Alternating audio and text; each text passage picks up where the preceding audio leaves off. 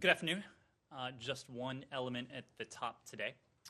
We condemn the Houthi attack today that damaged a civilian airliner at the Abha International Airport in Saudi Arabia. The attack coincides with U.S. Special Envoy Linder King's first trip to the region and his effort to bring a lasting peace to Yemen that will ease the suffering of the Yemeni people.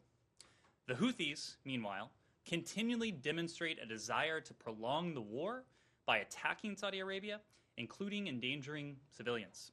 We remain committed to improving support for our partner Saudi Arabia to defend itself against threats to its territory. At the same time, the United States will continue its diplomatic outreach and engage with various stakeholders, including our regional partners, humanitarian aid organizations, and the UN Special Envoy, among others, to bring a negotiated settlement that will end the war.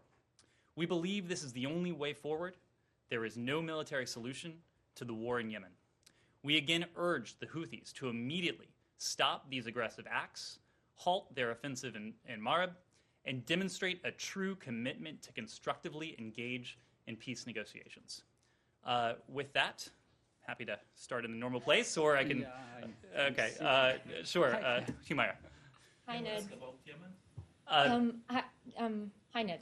So on Myanmar, which has just been announced... Since we are in Yemen. We'll go to Yemen right after Burma. Yeah, which has just been announced by the president. He talked about preventing the generals from improperly having access to the $1 billion in Burmese government funds. Can you give some details about that? What does it cover? What do we exactly mean? Like, who do we mean when we say Burmese government funds? And then on that, again, Secretary Blinken has had calls with his Japanese and Singaporean counterparts today. Mm-hmm. We know that you want to do this with partners and allies. Did you ask them, like, what was discussed with regards to Myanmar? And since those countries are key sources of investments in the country, did you ask them to sort of roll out their own sanctions and join this economic action that you guys are taking? Well, when it comes to what the president announced today, let me just walk through several of those elements. As he said, this week he will sign a new executive order enabling us to immediately sanction those who directed the coup, their business interests, and their close family members.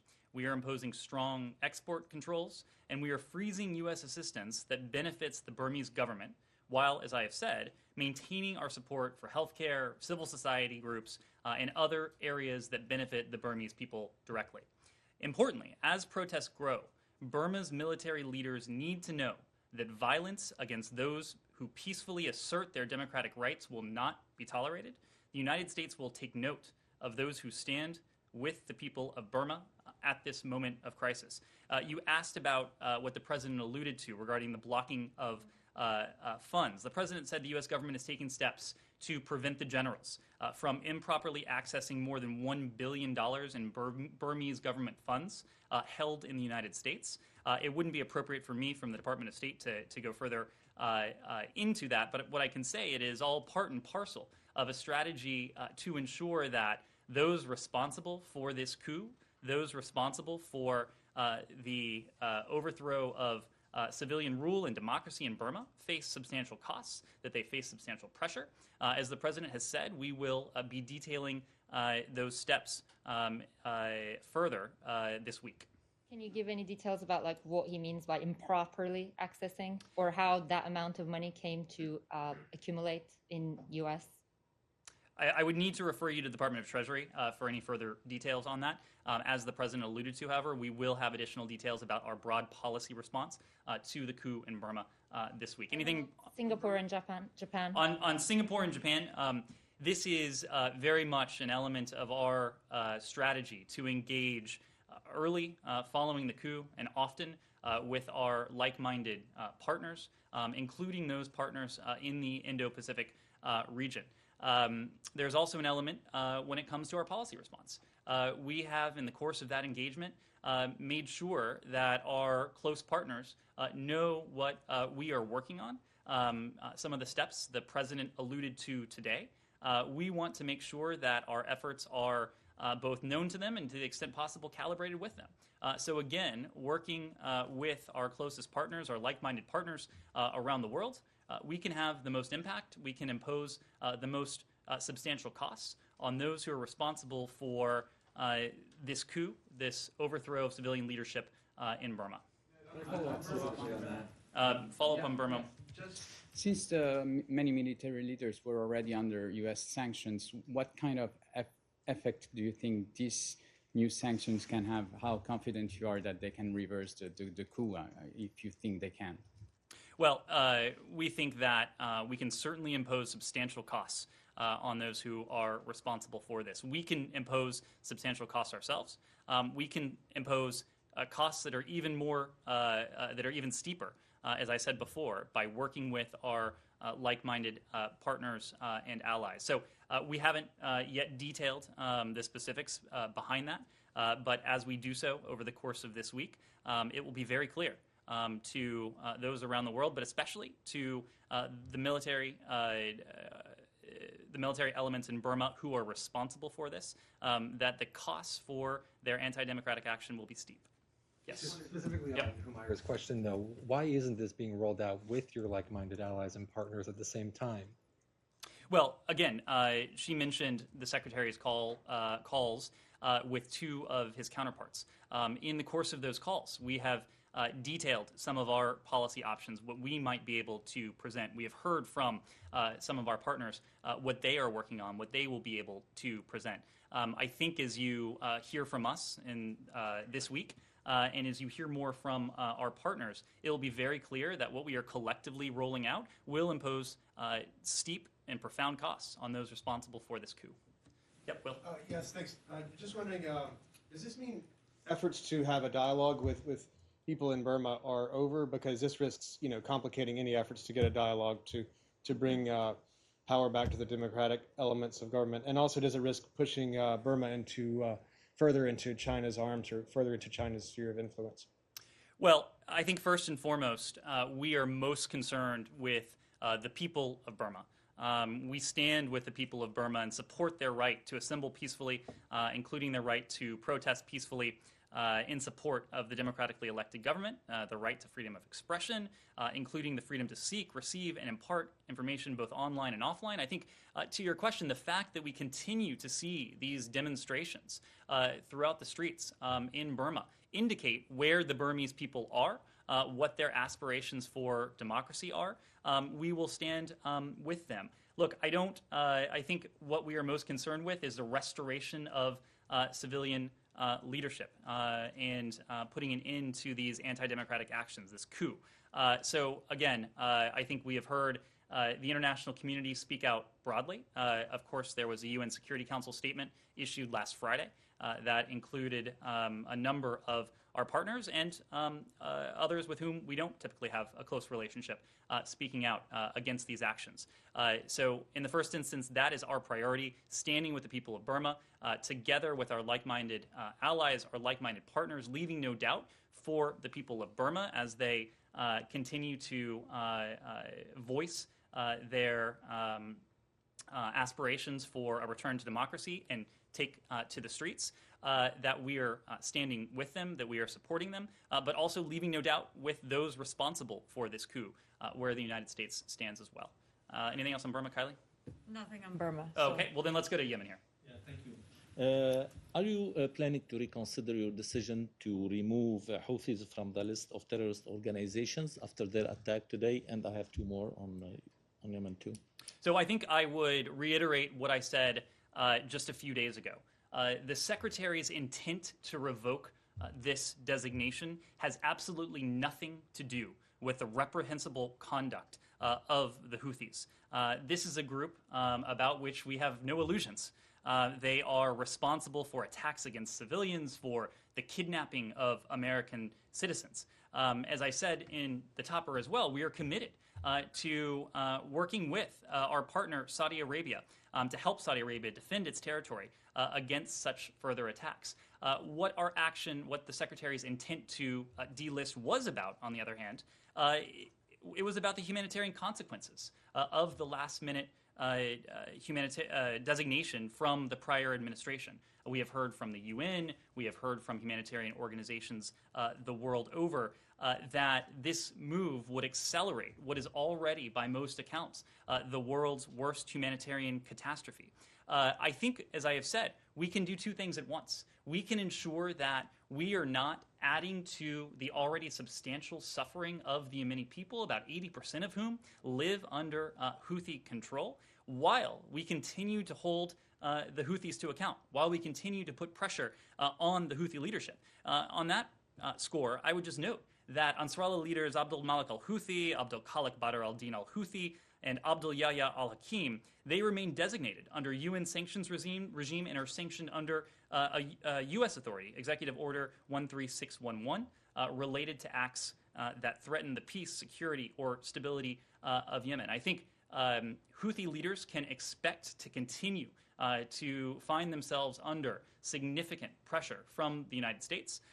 We do not intend to let up the pressure on those who are responsible for these attacks, who are responsible for seeking to do harm to American citizens, who are responsible for seeking to do harm to our Saudi partners. And do you consider the attack a message to the U.S. since Special Envoy Linder King is visiting Saudi Arabia, and any readout for his meetings with Saudi officials and Mr. Griffith? Well, I think what this speaks to is precisely the first element that I believe we laid out when the White House detailed our new approach to the war in Yemen. It is an emphasis on diplomacy. It is a recognition that there is no military solution when it comes to the conflict in Yemen, that only through diplomacy, only through support to the UN-led efforts through Mr. Griffiths, could we conceivably bring peace and stability to Yemen. So as you referenced,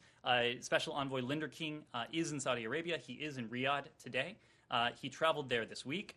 He has planned meetings with the UN Special Envoy, Martin Griffiths, as well as with officials of the Republic of Yemen government and the Saudi government. He was, of course, just appointed to this post. The president announced it last week. It was 1 week ago. And within days of that appointment, you see Mr. Linder King already in the Kingdom of Saudi Arabia, already engaging in that diplomacy, which should leave no doubt about the priority we attach to this going forward. And I will tell you, I think you will have an opportunity to hear directly from Mr. Linder King when he returns from his trips. We're going to try and bring him in here, and so he can explain a little bit about our strategy and a little bit about the path going forward. And last one on Saudi Arabia, the release of Lujaina Al-Hathloul. Do you have any comment on her release? Well, we have seen those reports, and certainly her release would be a very welcome development. What I can say is that promoting and advocating for women's rights and other human rights should never be criminalized. We have watched this case very closely, and certainly as we continue to monitor developments there, her release would be a very welcome development. Thank you. Just to follow up on that. Yemen still? Yep. Yeah, no, Or Saudi Arabia. Over the weekend, when Secretary Blinken spoke with the Saudi foreign minister, is that something that he pressed for the Saudis to do? Release her? Well, I think what is, I wouldn't want to go beyond what is in the readout. What I would say, however, is I think something you've probably heard me say before, is that in every relationship, whether it is one with our closest allies, our closest partners, and with our closest security partners, we will never check our values. We will never check our principles at the door. Human rights, democracy, civil rights, civil liberties, these are elements that we bring to the conversation across the board. And it is something we bring certainly to every relationship. I will also say that as I was walking in here, the Secretary was again speaking to his Saudi counterpart in the aftermath of this attack today.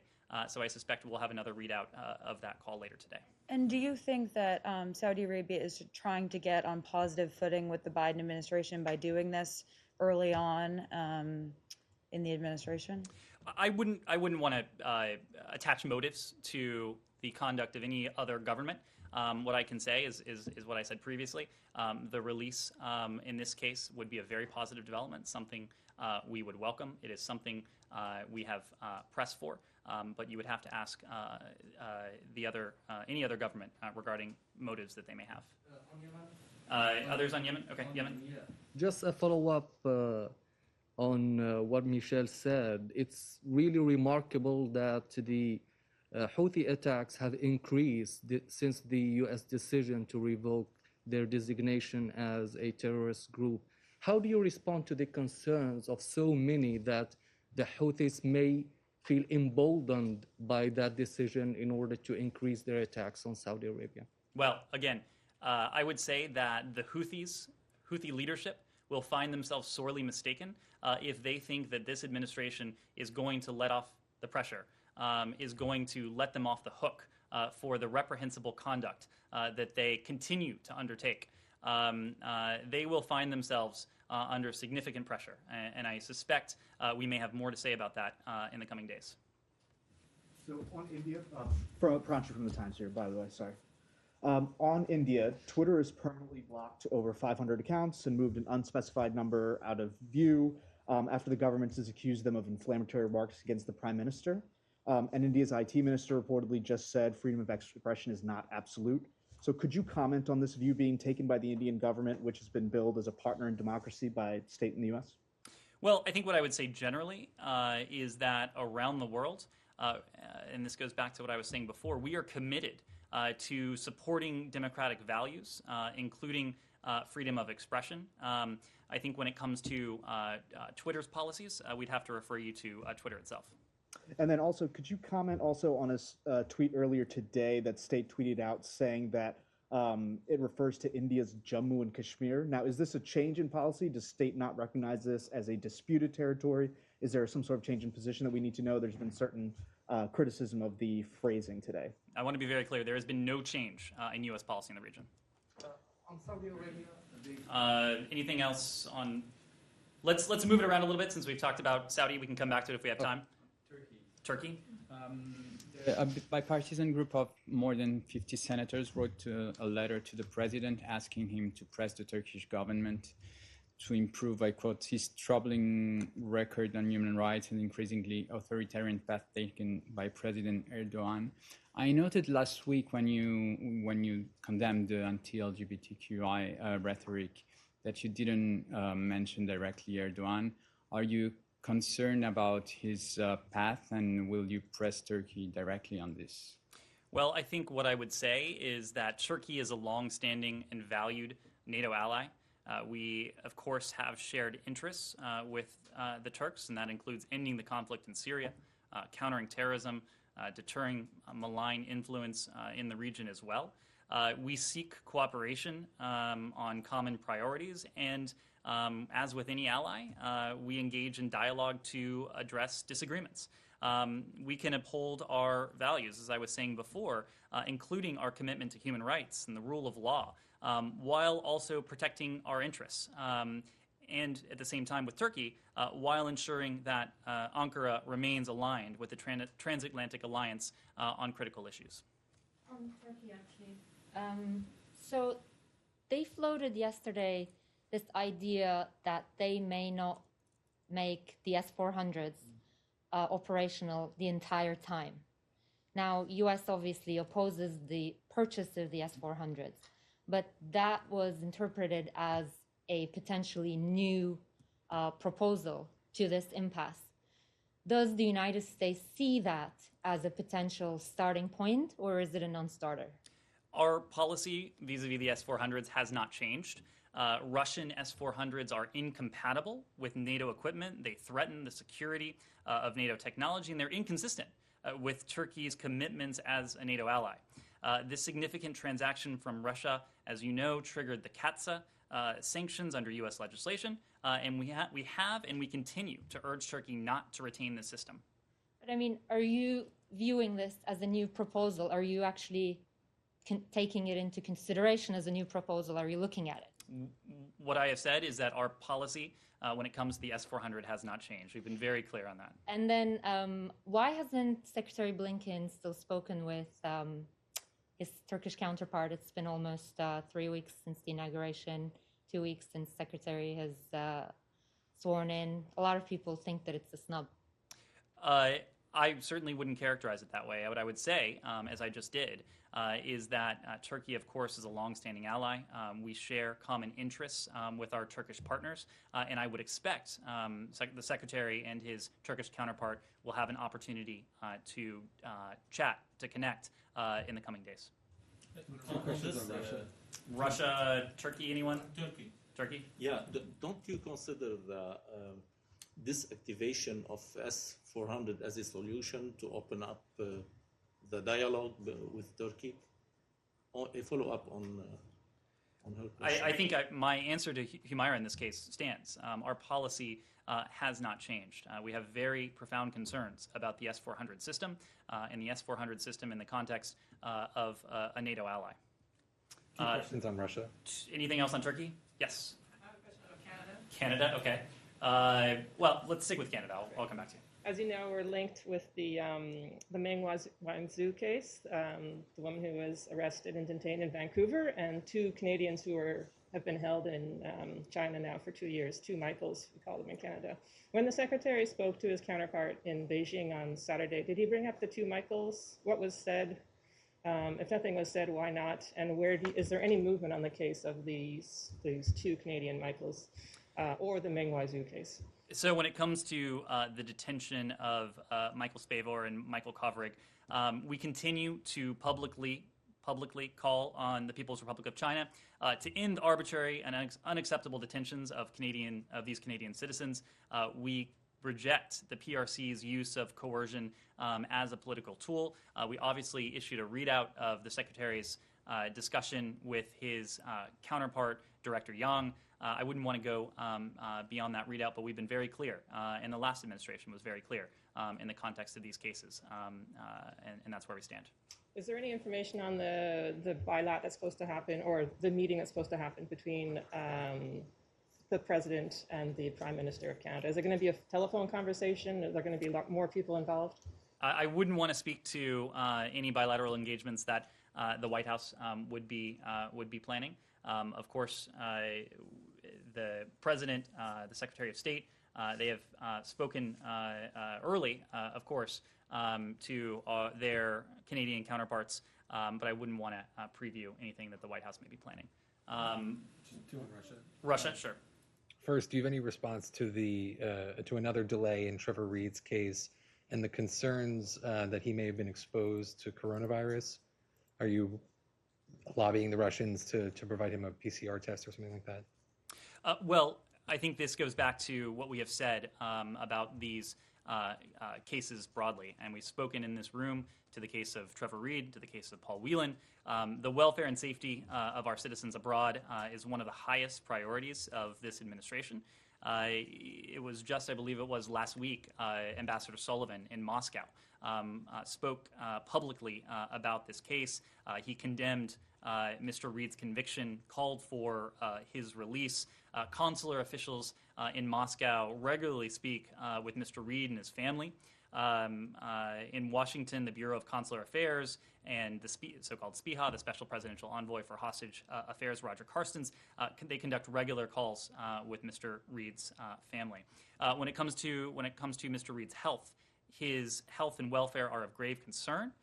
That's why, in part, we continue to press Russian authorities for his fair and humane treatment, regular contact with consular officials, and, of course, for his release. Just a second one. Your account tweeted last night about the case of 2 young Russian gay men who were taken by Chechen forces back to Chechnya. What is the U.S. considering doing about this, and not just this particular incident, but the broader issue of LGBT rights in Chechnya? Well, I think this goes back to one of the early actions that this President Biden, put forward, and very early on, I think it was the 1st of this month, the President put forward a presidential memorandum making clear that the policy of the United States government is to protect and to promote and defend the rights of LGBTQI people around the world. It is the policy with that presidential memorandum now enforced to firmly oppose abuses against the LGBTQI persons, and we urge governments to repeal laws that criminalize individuals on the basis of sexual orientation and or gender identity. We tweeted on that case last night. We spoke out on that case because, of course, we are profoundly concerned. We know of the persecution that the LGBTQI community has faced in Chechnya, and this administration will speak out and speak out forcefully on their behalf, both in Chechnya and around the world. Will? Yes, and Iran. If I could just ask, we're reporting that the IAEA has told its members that Iran started producing metallic uranium on February 8th, I believe. That's the kind of, obviously used in nuclear warheads. They're saying it's a research usage.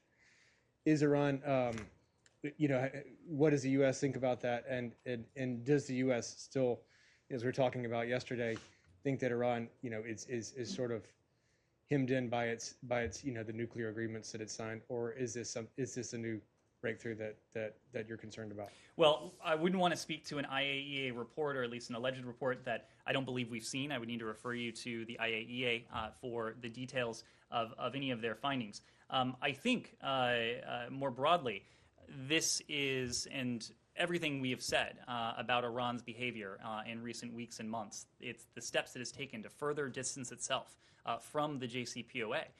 That undergirds our concern, and it undergirds the urgency with which we are approaching this challenge, and the urgency with which we are approaching our allies and our partners, and undergoing and undertaking those consultations with members of Congress to ensure that we have an approach to Iran that is harmonized and that's synchronized and that has the best chance of success. And again, the proposition that has been put on the table for some months now is quite clear. We continue to urge Tehran to resume full compliance with the JCPOA. We continue to do that because that, for us, would open up the pathway for diplomacy. And we certainly hope to be able to pursue that pathway of diplomacy in order to resolve what we do consider to be an urgent challenge. Yep. Japan? Yeah. Ben Marks with NHK. Two questions, if I may. Regarding the Tokyo Olympics, last Sunday in an interview, President Biden was asked if he was in favor of sending an American team to compete. He said that whether or not it is safe to occur, it needs to be based on science. The current State Department travel advisory for Japan is level 3, reconsider travel. Does the State Department feel it is currently not safe for American athletes to travel to Japan? And second question, NHK and other Japanese media have reported that the Japanese government is expecting to reach a tentative one-year extension of the Special Measures Agreement, possibly next week, and then continue negotiating the remaining 4 years. Can you confirm this? And does the Biden administration believe Japan needs to pay more for U.S. forces? Well, when it comes to the Olympics, of course, the Olympics are still some time away, not until this summer. I think broadly we understand what a difficult decision it must be for, or it was in this case, for former Prime Minister Abe and the Japanese government to delay the Tokyo Olympics due to the pandemic. We are in touch with the U.S. Olympic and the Paralympic Committee, and they're obviously monitoring the situation in Japan closely. They're briefed regularly on the Tokyo Organization Committee's preparations. In this case, we're fortunate that our interests are very much aligned with the U.S. Olympic and Paralympic Committee. We want Team USA to succeed on the international stage, and of course, the health and safety of our athletes is the priority. Ultimately, though, this will be the decision of the U.S. Olympic Committee. When it comes to the basing negotiations that you referenced, we don't have an update for you there. Does the Biden administration think that Japan needs to pay more for U.S. troops stationed there? I understand that these discussions are ongoing. I wouldn't want to wade into it. Can I just ask about travel for the secretary? So obviously we've been discussing that Special Envoy Leonard King is on the road. So there's clearly not a ban on travel for State Department officials. What will it take for the secretary to actually, go visit counterparts for the first time? Well, there is a general disposition, not only within the State Department, but across the executive branch, against travel for all but purposes that are deemed essential or exigent. I think the fact that Mr. Leonard King is in Riyadh really underscores the priority and the urgency we are attaching to the diplomacy to bring about peace and stability and an easing of the humanitarian suffering for the people of Yemen. We are continuing to very closely monitor COVID conditions, not only in this country, but around the world, and including places where the Secretary or other department seniors may travel. When it comes to the Secretary, I wouldn't expect any imminent travel, but we're continuing to monitor that, and as we have updates, we'll be sure to share those. And has he The Secretary has been vaccinated. both doses? The Secretary has received both doses. And will he be the first member of the Biden administration to travel internationally Well, when that does happen? the first cabinet. Yeah, sorry. I wouldn't want to speculate. Clearly, the Secretary of State has a need to travel the world that other cabinet secretaries perhaps don't. But I wouldn't want to jump the gun here. We are very closely monitoring conditions both here in the United States and around the world and making those decisions based on the science. I'll go to, sorry, behind you. Go ahead. Nope, sorry, you. You. Me? Yes, if you have a question. Thank you. Sorry about that. I actually wanted to go back to Iran if we could. Sure. Regarding that February 21 law, the Iranians certainly have spoken of that as a deadline for the U.S., and the IAEA takes that law seriously as well. I wonder, does the State Department think it's in U.S. interest to provide some carrot of some sort to dissuade the Iranians from restricting IAEA access to different nuclear sites and some of the other enrichment things contemplated there? Well, we've certainly heard the statements that have emanated from Tehran. I think what I will say from here is that our disposition will be to avoid the temptation to negotiate in public. We're not going to, at least at this point, broadcast any measures that may be on the table. Part of the reason why we are undertaking these consultations with our allies, with our partners, with members of Congress, is to make sure, again, that we have our ducks in a row. And only once we feel that we have a coordinated approach to what is undeniably an urgent challenge would we engage with the Iranians. Do you have a plan for what happens on February 22nd? If the last time we saw last summer, there was a controversy over IAEA access to nuclear sites, and that was there was a pretty unusual vote at the IAEA. It was 25-2. Is there any kind of coordination with the E3 about how to deter or punish that kind of restriction if it does go through? Well, it was just last Friday where when Secretary Blinken had his first discussion with the E3 as a group. We issued a readout of that. Of course, Iran was a topic of conversation. I wouldn't want to go beyond what was in that readout. I will say that on February 21st or February 22nd, the proposition, I suspect, will still be on the table. That if Iran resumes full compliance with the JCPOA, that the United States will be prepared to walk that diplomatic path and to re-engage with the JCPOA ourselves. That, again, is the proposition that has been on the table for some time now. We have been very clear about that. Right now, we are in the process of taking part in those consultations with partners, allies, members of Congress on the specific path ahead. We'll take one question. Anyone who hasn't asked a question? Kylie. Last question. Do you recognize, though, that getting to that final proposition may require some interim steps to be taken? I recognize that we have put a proposition on the table. We have been very clear about what that proposition is. I